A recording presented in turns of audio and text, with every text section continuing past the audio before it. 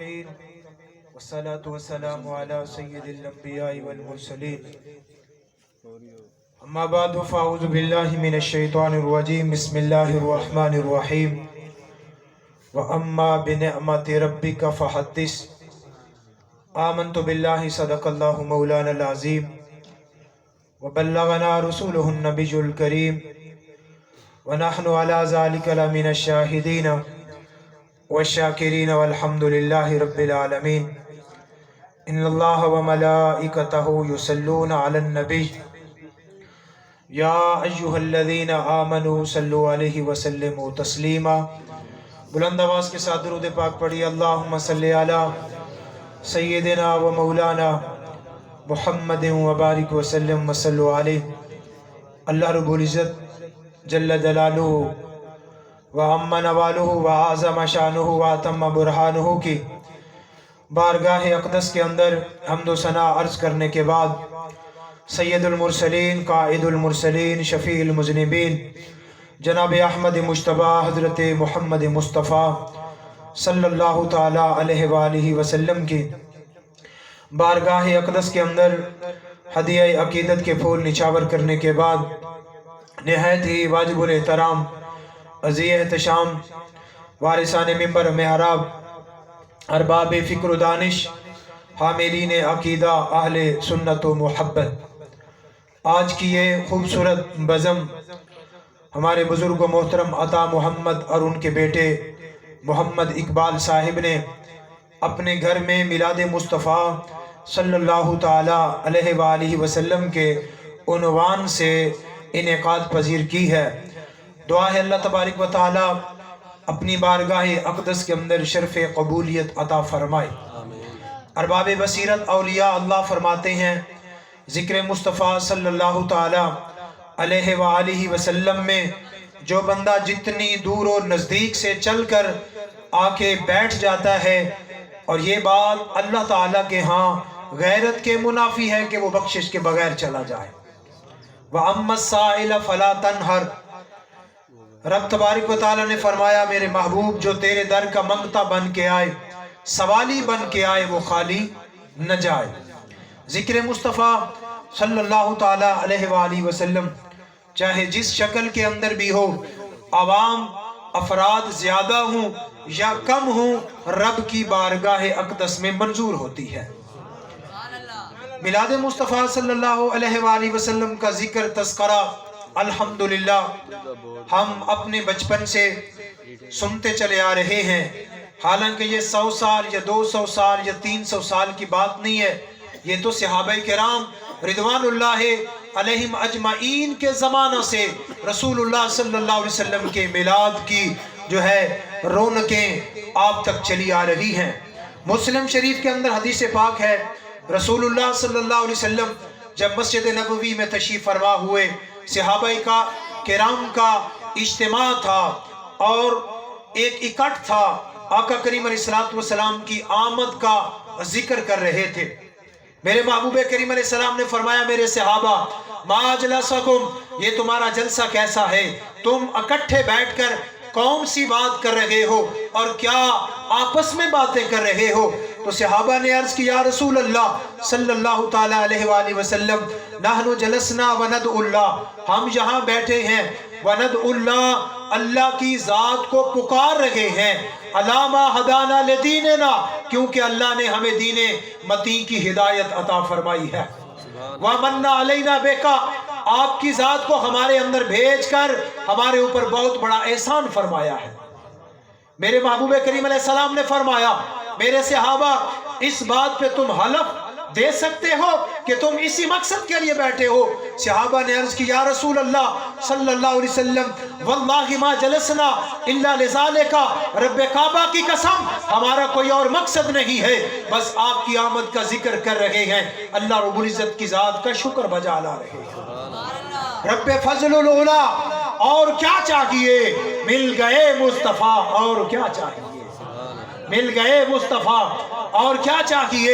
میرے محبوب کریم علیہ السلام نے فرمایا میرے صحابہ میں نے جو تم سے حلف لیا ہے اس کی وجہ یہ ہے کہ اللہ رب العزت کی ذات نے حضرت جبریل علیہ السلام کو ابھی میرے پاس بھیجا ہے، سدرہ سے میری جانب آ کر مجھے خبر دے کے گئے ہیں، جاء اخبرنی ان اللہ یباغی بکم الملائکہ، اللہ رب العزت کی ذات چونکہ خبر دے رہی ہے کہ فرش زمین پہ بیٹھ کر میلاد منانے والوں اتنی رات کا حصہ گزر گیا ہے اور تم میرے محبوب کریم علیہ السلام کی ذکر کی محفل میں آ کے بیٹھے ہو، تم عرش پہ اتنی صورت اور اتنا محبت کا ایک نظام، جبکہ میرے محبوب کریم علیہ السلام کی ذات نے فرما دیا ہے، اللہ اپنے فرشتوں کے سامنے فخر کر رہا ہے کہ یہ جو فرش پہ بیٹھ کر محبوب کریم علیہ السلام کی آمد کا ذکر خیر کر رہے ہیں اور یہ شکر بجا لا رہے ہیں کہ اللہ نے اپنا محبوب عطا کیا ہے، اور محبوب کریم علیہ السلام پہ کتاب جو تمام کتابوں کی سردار قرآن مجید بھی ہمیں عطا کی ہے۔ بھائیو ہم نے تو کوئی دعا نہیں مانگی ہے، ہم نے کوئی عرضی بھی نہیں کی ہے، ہم نے کسی سے درخواست بھی نہیں کی ہے، رب کی ذات نے ہمیں محبوب کریم علیہ السلام کی امت میں سے پیدا کر دیا ہے۔ نعرہ رسالت، جشن عید میلاد النبی۔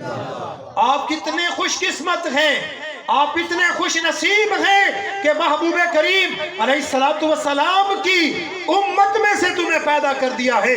میرے محبوب کریم علیہ السلام نے فرمایا چونکہ میں آخری نبی ہوں تم میری آخری امت ہو۔ یہ کوئی رسم نہیں ہے، کوئی رواج نہیں ہے، معمولی کار ثواب بھی نہیں ہے، اس میں اتنا ثواب ہے کہ جو بندہ ریاکاری کے بغیر اس محفل میں جلوہ گر ہوتا ہے وہ تو فرش پہ ہوتا ہے، اللہ کی ذات اس کا چرچا عرش پہ کرتی ہے، عرش پہ کرتی ہے۔ او بھائیو صحابہ کرام رضوان اللہ علیہم اجمعین اس وقت کس جگہ پہ تھے؟ کیا بدر میں تھے؟ کیا احد میں تھے؟ کیا حنین میں تھے؟ کیا خانہ کعبہ کا طواف کر رہے تھے یا صفا و مروہ کے درمیان سعی کر رہے تھے؟